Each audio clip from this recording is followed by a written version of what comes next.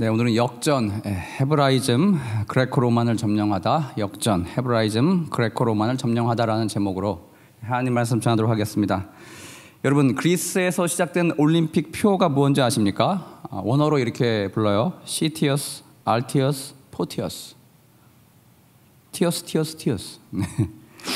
더 빠르게, 더 높게, 더 힘차게. 이 표만큼 여러분 고대 그리스 문화를 잘 보여주는 말도 없다는 것입니다. 인간의 한계를 뛰어넘어 보자는 그런 말입니다. 마치 토이스토리의 영화 주인공 버즈가 날개를 쫙 펼치고 상공을 향해 손을 뻗으면서 뭐라고 합니까? To the infinity and beyond. 무한한 공간, 저 너머로 나아가자. 이렇게 외치는 그런 말과 억양이, 뉘앙스가 비슷하다는 것입니다. 이 올림픽 표현은요, 바로 인간의 무한한 가능성을 역설하고 있습니다. 그레코 로만 문명, 즉 고대 그리스 문화와 고대 로마 문화, 로마의 문명이 기반을 둔 정신이라는 것입니다. 바로 인간의 can do, 할 수 있다, 할 수 있다라는 정신이에요.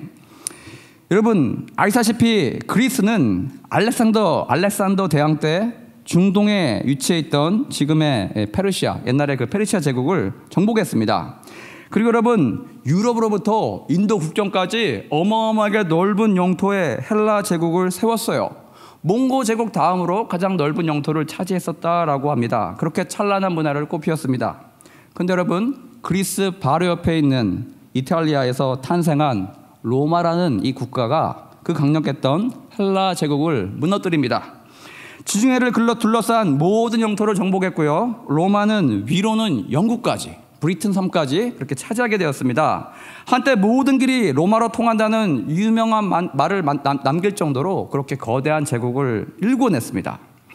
근데 여러분, 왜 그리스와 로마의 문화를 합쳐 부르는 그레코 로만이라는 용어가 생겨났는지 아십니까? 아니, 그리스 제국이면 그리스 제국이고 로마면 로마 제국이지 왜 그거를 굳이 합쳐서 부르는지 아십니까? 후발주자였던 로마가요, 그리스를 정복했을 때 물리적으로는 정복자였을지 모르겠지만 문화적으로는 피정복자가 되었기 때문입니다.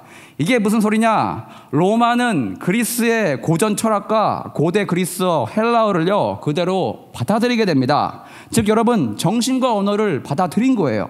이건 마치 비유하자면 일본이 한국을 점령하고 나서 한국에 더 본인보다 뛰어난 유교 문화를 받아들이고 한국어를 제국의 공용어로 채택한 거나 마찬가지라 할 수 있겠습니다. 따라서 여러분, 당시 로마 제국 내의 첫 공용어도 헬라어였어요. 옛 고대 그리스 말이었습니다. 그런 사유로 우리가 보는 로마 시대를 배경으로 쓰여진 신약 성경도 원문이 라틴어가 아니고요, 헬라어, 그리스 말로 기술되어 있는 것입니다. 이렇게 여러분, 로마는 여전히 그리스 제국의 정신이 살아 숨쉬고 있었습니다. 그래서 우리는 이 두 개, 그리스와 로마의 문화를 합쳐서 하나의 그레코 로만이라고 부르게 된 것입니다. 제가 백과사전의 의미를 한번 찾아봤어요. 거기엔 다음과 같이 소개되고 있습니다. 그레코 로만이란 그리스와 로마라는 의미의 형용사이다. 미술사에서는 특정한 개념을 규정하는 말이 아니고 막연히 그리스 로마풍의 양식을 가리킨다. 때로는 그리스의 영향을 받은 로마라는 의미로 쓰이기도 한다. 네, 여러분, 상식적으로 여러분 알아두시면 좋을 것 같습니다. 여기서 잠깐 여러분 한번 상상해 봅시다. 그렇게 찬란했던 그레코 로만 문명이 만약에 기독교 문명을 만나지 못했다면 오늘날 여러분 그 명맥이 살아있겠습니까? 여러분 어떻게 생각하세요? 저와 여러분이 받은 모든 교육은요, 서양으로부터 온 거예요. 우리도 그 영향력 가운데 놓여 있다는 것입니다. 또 여러분, 솔직히 대부분의 한국 사람들 어디 여행 가는 것을 일생의 꿈으로 삼고 있습니까? 유럽 여행 한번 가보는 것을 다들 꿈꾸고 있어요. 한때 여러분, 꽃보다 누나, 꽃보다 할배처럼 다 유럽을 배경으로 유럽의 여러 나라 국가들을 여행하는 그런 인기 예능 프로그램이 있었습니다. 그러나 여러분, 만약 기독교 문명이 유럽에 뿌리내리지 못했더라면 우리가 여전히 과연 유럽을 여행하고 싶을까요? 우리의 여행 목록 1번으로 여러분 유럽이 꼽힐까요? 우리가 해외 어느 나라를 다녀온 다음에 친구들에게 뭐 인스타그램에 올리기도 하고 자랑도 하게 됩니까? 저는 중국 갔다 와서, 인도 갔다 와서, 사우디 갔다 와서 자랑하는 분들 많이 보지 못했습니다.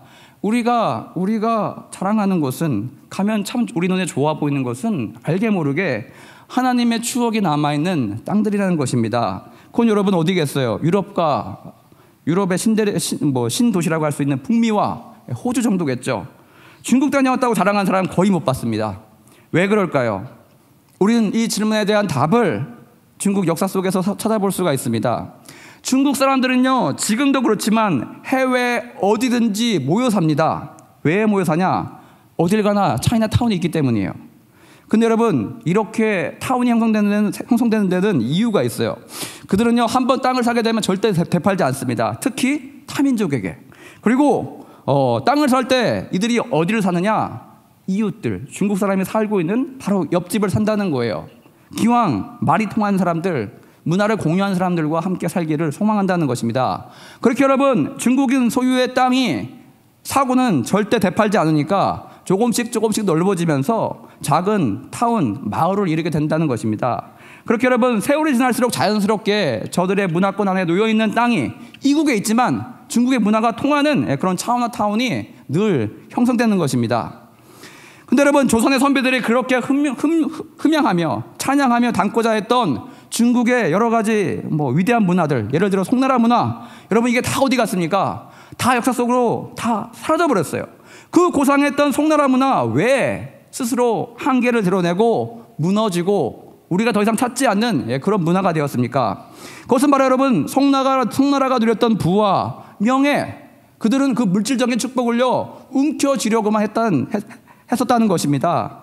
위에서 언급했던 중국인의 습성들처럼 조상들이 가르쳐서 그런가 내부에 쌓아놓고는 절대로 유통시키지 않았기 때문입니다. 여러분, 유통시키지 않다 보니까 결국 그 축복은요 내부에서 썩어서 무너지게 됩니다. 영화 와우 장룡 보면 모든 이들의 가슴을 치는 명대사가 있어요. 꽉 움켜진 손은 아무것도 잡을 수가 없다. 꽉 움켜진 손은 아무것도 잡을 수가 없다.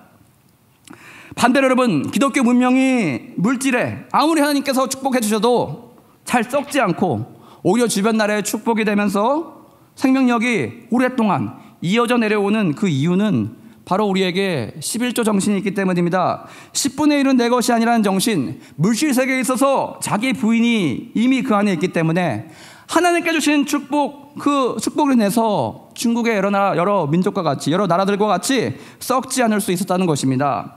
10분의 1은 여러분 교회와 도움이 필요한 그 누군가에게 흘러들어가 재분배되게 됩니다. 또 여러분, 더 많이 들어오는 헌금들은 어디로 흘러가게 됩니까? 타국을 선교하면서 그 나라도 잘 되게 만들고 우리나라도 잘 되게 만드는 그런 축복이 흘러가는 선순환되는 구조 가운데 놓여 있다는 것입니다.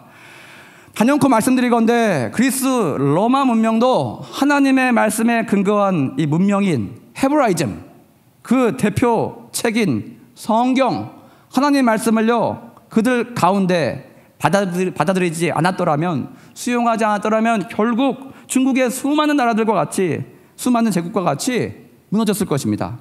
여러분, 헤브라이즘이라 불리는 기독교 문명의 특징은 무엇입니까? 앞에서 얘기했던 더 높게, 더 힘차게, 그런 게 아니죠. 인간의 무한한 잠재력을 찬미하는 것과는 정반대의 것을 가르칩니다. 하나님이 없으면 인간은 아무것도 아니라는 거예요. 철저하게 타락한 존재라는 것입니다. 사람 안에는 선한 것이 하나도 없다는 거예요. 우리 사람 안에는 너무나 작은 점과 같은 가능성 그 하나도 없다는 것입니다. 그래서 여러분, 자기 자신을 부인하고 하나님의 말씀을 따라 살기로 결심해야 된다라고 가르치는 것이 바로 기독교 문명인 것입니다. 여러분, 이 정반대 방향을 가진 두 문명이 로마 안에서 만났을 때 무슨 일이 벌어졌을까요? 여러분 예상대로 대충돌을 일으키게 됩니다. 처음에는 로마 문명이요 이기는 것 같았어요. 예수님을 비롯한 제자들과 같이 헤브라이즘의 대표적인 인물들이 제국의 칼날 앞에 하나 둘씩 제거되기 시작했습니다. 그날 여러분 300년간 코너에 몰려서 그레코 로마 문명의 소나기와 같은 강펀치를 흠씬 두들겨 맞고 있던 이 헤브라이즘 문명, 드디어 여러분 통안의 어퍼컷을 그리스 로마 문명의 턱 아래 꽂아 넣게 됩니다. 결국 로마가요 기독교에 무릎을 꿇게 돼요. 그리고 심지어 여러분 기독교를 공인하더니 기독교를 국교로 자기 나라의 종교로 그렇게 받아들이게 됩니다. 여러분 이 중세가 시작됐어요. 얼마나 좋아요. 더 이상 탄압받는 그런 변방의 종교가 아니라는 것입니다. 세상의 중심 가운데 이제 서게 됐습니다. 하나님의 종 교황이 세상의 왕들보다 더 큰 권력과 권세를 가지고 있습니다. 그래서 여러분 만왕의 왕들도요 교황의 눈치를 보면서 교황이 내리는 그 뜻을 절대 거역할 수 없는 시대였어요. 이와 같이 여러분 중세만큼 하나님의 뜻대로 온 나라와 온 국가가 다스려졌던 그런 적이 있었을까요? 어찌 보면 여러분 하나님의 나라가 이 세상 가운데 이미 도래했던 시대가 바로 유럽의 중세였습니다. 그런데 여러분 우리는 왜 그 시기를요 영적인 암흑기라고 부릅니까? 왜냐하면 여러분 하나님의 뜻이요 권력과 돈에 휘말려서 그만 온데간데 없이 퇴색해버렸기 때문입니다. 기독교는 어느덧 여러분 상류 충만이 누릴 수 있는 특별한 종교로 점점 변해갑니다. 일반 대중은 읽어도 들어도 이해가 되지 않는 고대 라틴어로 설교를 하게 만듭니다. 고대 라틴어로 찬송을 하게 만듭니다. 그리고 여러분 일반 대중에게는 성경을 전혀 주지 않았어요. 그들이 이해할 수 있는 자국의 언어로 된 성경을 혹시라도 만들다가 체포되면 종교 재판에 넘겨지게 되고 위클리프와 같이 여러분 화양을 당하게 되는 그런 시대였습니다. 오직 거룩한 언어로 칭함받던 라틴어로만 예배를 보고 성경을 봉독해야 한다고 로마 카톨릭은 주장했어요. 여러분 중세는 또 다른 종류의 아픔이 있었던 그런 시기였습니다. 일반 대중은요 이런 분위기 속에서 이런 참담한 속에서 어떻게 됐습니까? 점점 하나님과 멀어져 갔어요. 라틴어를 읽을 줄 모르는 그들을 위해서 성화, 그림들, 또 돌로 만든 부조들을요 이 벽에 갤러리처럼 둘러 붙이고 그것을 보면서 너희들은 은혜를 받으라고 로마 카톨릭은 이렇게 종용했습니다. 게다가 여러분 당시 성직은요 최고의 권위와 부를 누릴 수 있는 그런 자리로 타락했습니다. 이를 위해서 서로 뒤를 봐주면서 자기 사람들을 끌어다가 그 좋은 자리에 앉혀주고 또 그 권리를요 서로 암암리에 사고 파는 그런 행위가 만연하게 되었습니다. 하나님 나라가 이 땅에 이루어질 것 같이 거창한 기대 가운데 출발했던 이 중세 어느덧 여러분 그 이전보다도요 그 이후보다도 더 하나님 앞에 반하고 악하고 어두운 시대로 전락하게 되었다는 것입니다. 이때 여러분 대중들의 반발이 무엇인지 아십니까?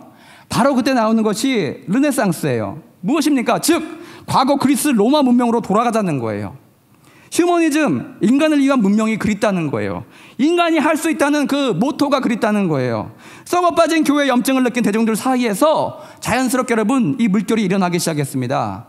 일본 영화죠. 냉정과 열정 사이 그 영화의 배경이 되었던 이탈리아 피렌체를 중심으로 이 운동이 벌어지게 됐습니다. 지금 한류처럼요 전 유럽을 감싸 안는 그런 큰 흐름이 되게 되었습니다.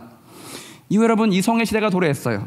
인간의 가능성을 부정한 헤브라이즘에서 벗어나서 다시 인간의 무한한 가능성을 돌아가자는 그리스 로마 문명, 이것이 드디어 부활하게 된 것입니다. 이때 니체는 이야기했습니다. 신은 죽었다. 이 말은 니체가 신을 부정했다라는 그런 의미보다는 당시 시대상을 묘사한 말로 이해하면 더 좋겠습니다. 사람들이 더 이상 하나님이 필요 없는 시대, 하나님을 찾지 않는 시대, 그 시대가 주류로 잡혀가고 있다라던 그 현상을 묘사한 것입니다. 또한 여러분 계몽주의라고 하죠. 인라이트먼트래요. 중세의 어둠을 밝혀낼 도구로서 사람들은 인간의 이성을 사용하게 됩니다. 즉 여러분 이제는요 내 눈으로, 내 피부로, 내 혀로 경험한 것만 믿을 수 있다라는 경험주의가 나오게 되었고 또 확실한 증거가 있는 것만 그것들을 내가 믿겠다라는 실증주의가 탄생하게 됩니다. 여러분 이것을 기반으로요 좋은 점도 있었어요. 현대과학이 눈부시게 발전하기 시작합니다. 그때 사람들이 이 과학을 통해서 무엇을 꿈꿉니까? 이 세상 가운데 하나님이 얘기하시는 유토피아가 아니라 인간이 만든 유토피아가 이 땅 가운데 임하게 될 거다라고 이렇게 생각했어요.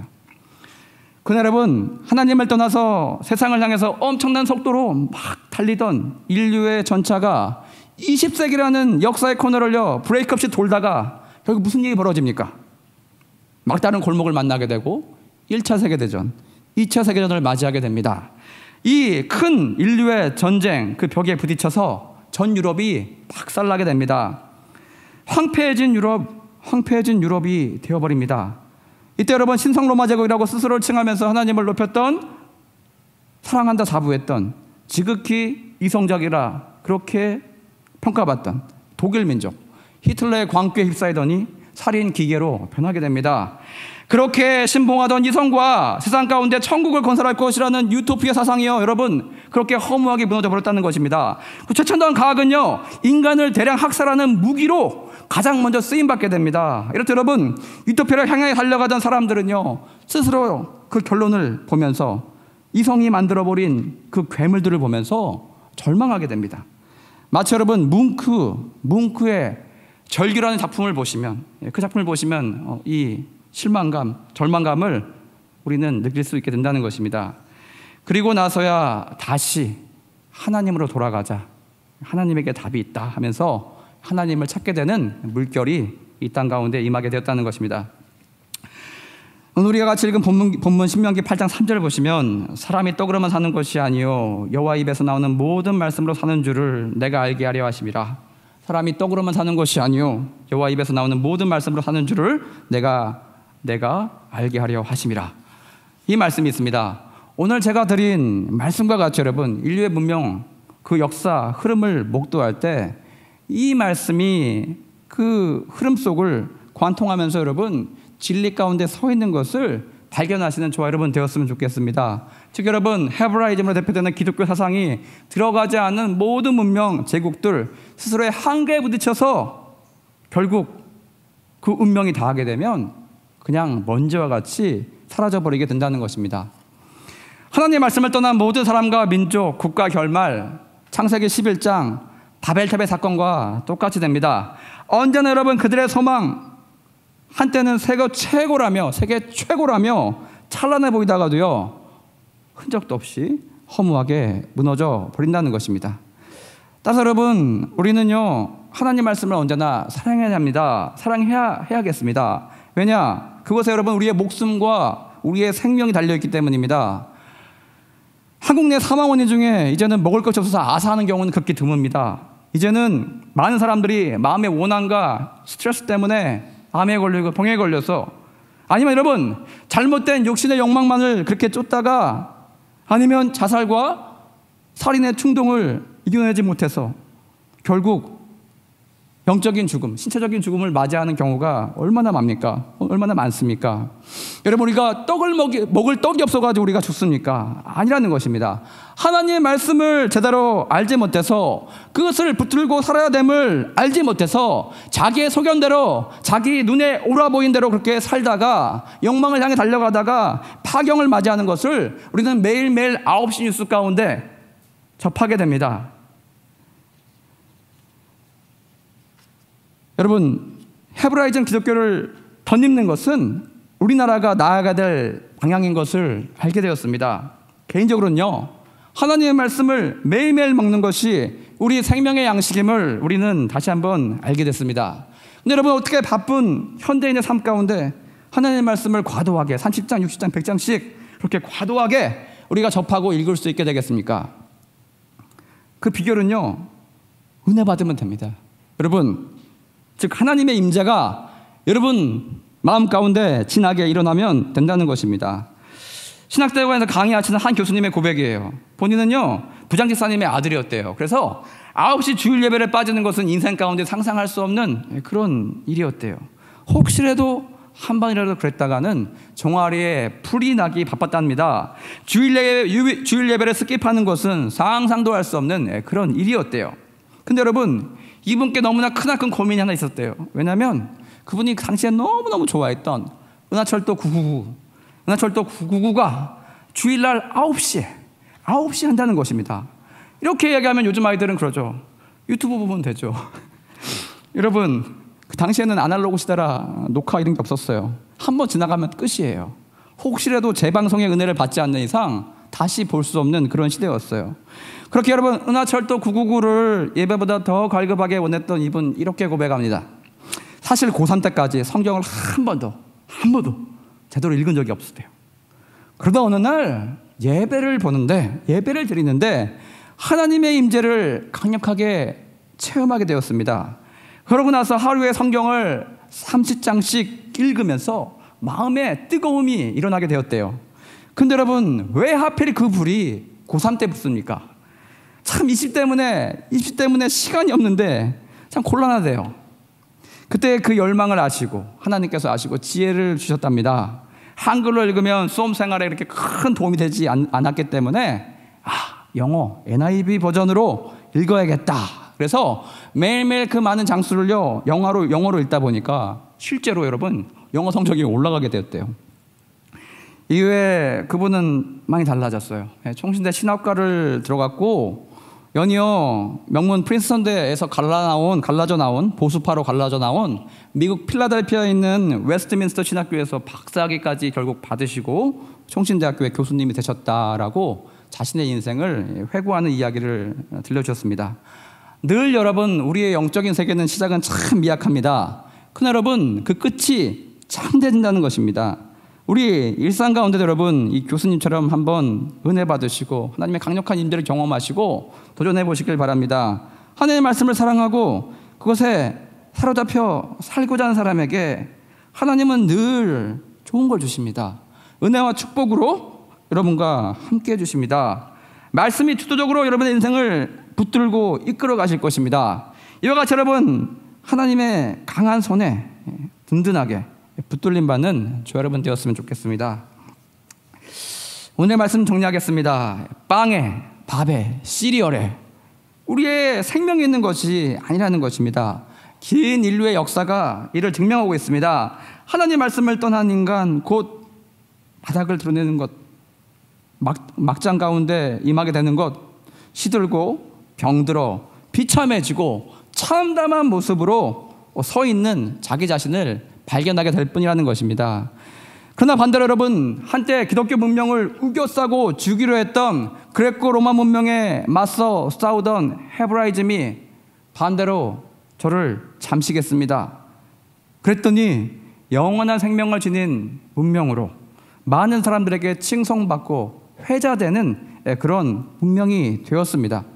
이 교훈을 바탕으로 하나님 말씀에 우리의 생명이 있음을, 우리 국가의 운명이 달려있음을 여러분 깨닫길 바랍니다. 여러분, 하나님의 말씀이 우리 인생 가운데 차고 넘치게 범람하게 만드십시오. 마치 여러분 고대 나일강의 홍수로 인해서 주변의 황폐한 땅을 다 옥토로 변화시켰듯이 흘러넘치는 하나님의 말씀과 은혜가 여러분을 관통하여서 여러분을 흘러넘쳐서 예수 그리스도의 복음이 널리 전파되는 역사가 저와 여러분 삶 가운데 임하게 되길 주님의 이름으로 축복드립니다. 우리 생명주께 있네 한번 찬양하시고 기도하겠습니다.